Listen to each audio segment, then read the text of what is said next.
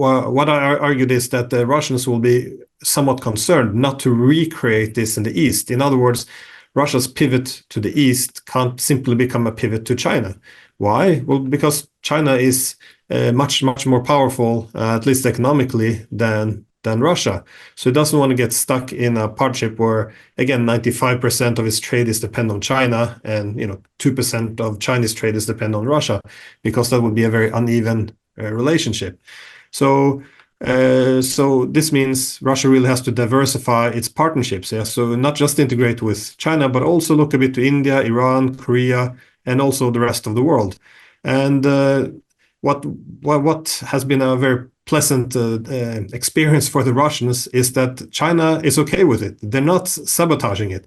And this is something new to the Russians, because whenever Western countries have deal with Ukraine, Central Asia, Turkey, Armenia, a key objective is always to decouple them from the Russians, to sever ties between them.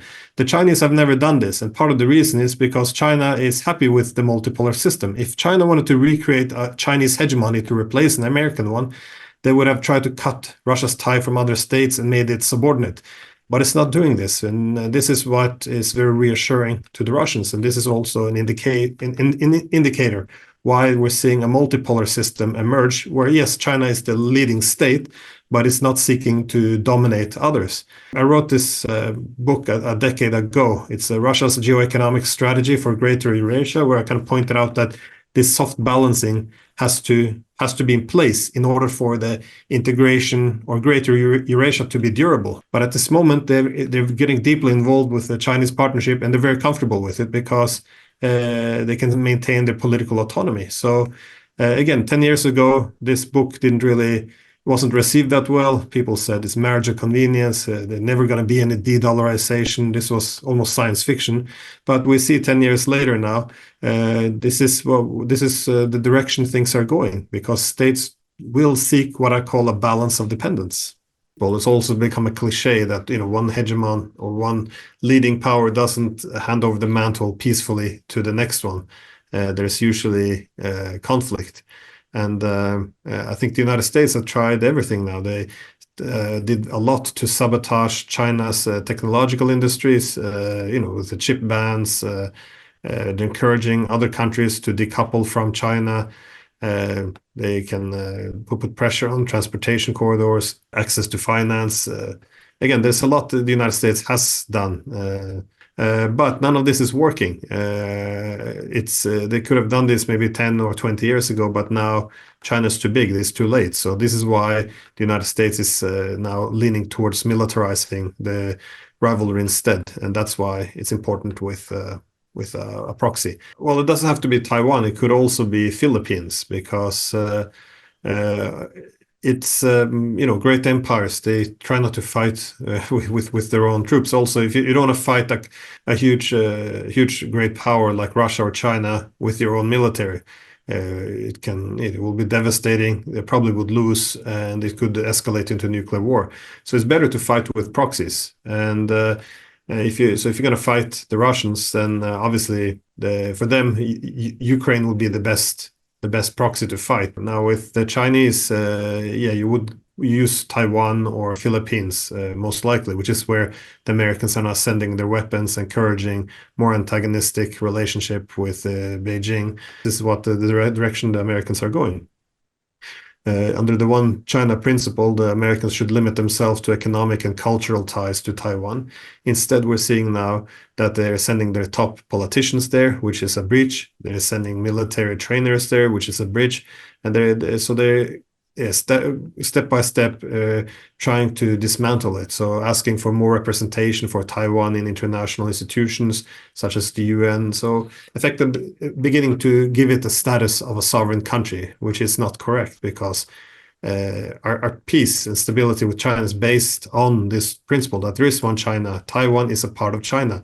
And if we try to abandon this, then there will be war. And it's not in China's interest to use military force against Taiwan. I think China is quite confidently sees as its economy grows, it will able to integrate Taiwan more through peaceful means, economic connectivity. So waiting for more favorable government, perhaps. So The only reason why I think China would use military force is if the Americans are pushing for Taiwan secession. I think that's the red line for China.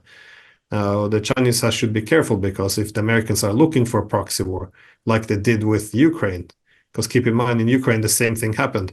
The Russians went in because America sabotaged all peace agreements. They went in with the military, which was this, unprovoked invasion. And on the first day, they attempted they reached out to the Ukrainians to start peace negotiations, which they did.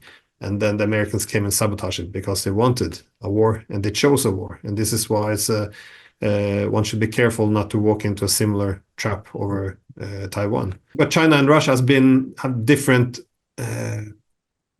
relationship with Washington over the past 30 years, because China had a more favorable position. The Russians, they had a military bloc gradually expanding on their border. They were never offered a status quo. Instead, they had to see NATO march slowly on its borders, with the repercussions being quite predictable. So this often made it necessary for Russia to punch above its weight, to really flex its muscles beyond even what it had the capability to match with action. Now, China was a bit of the opposite. Favorable, there was no military bloc marching on its borders. It tried to not create any waves. So what's also called a peaceful rise, just try not to create too much draw too much attention to itself, which would make the American empire strike against China, try to knock it down. So this is why we saw the different paths by the Chinese and the Russians. But now, of course, China's become too powerful for America's comfort. So now they kind of have to come out of the closet as well and start to push back, which is what we're seeing. 朋友都知道我是很挑剔的，防晒乳我选 KISS 皇家呵护抗光清爽高防晒凝露，因为它有媲美蓝光神盾的抓藻植萃。保护我在阳光下延缓肌肤老化，维持青春弹力，可以防御工作环境里的3C 商品、各种光源对肌肤的伤害，擦起来清爽不黏腻。我特别喜欢它做到海洋友善，365天，天天抗光抗老化，是我的保养日常。你呢？呵护您，呵护全家人，专属你的 KISS Royal Care 抗光清爽高防晒凝露。朋友都知道我是很挑剔的，防晒乳我选 KISS 皇家呵护抗光清爽高防晒凝露，因为它有媲美蓝光神盾的抓藻植萃，保护我在阳光下延缓肌肤老化，维持青春弹力，可以防御工作环境里的3C 商品、各种光源对肌肤的伤害，擦起来清爽不黏腻。我特别喜欢它做到海洋友善，365天，天天抗光抗老化，是我的保养日常。你呢？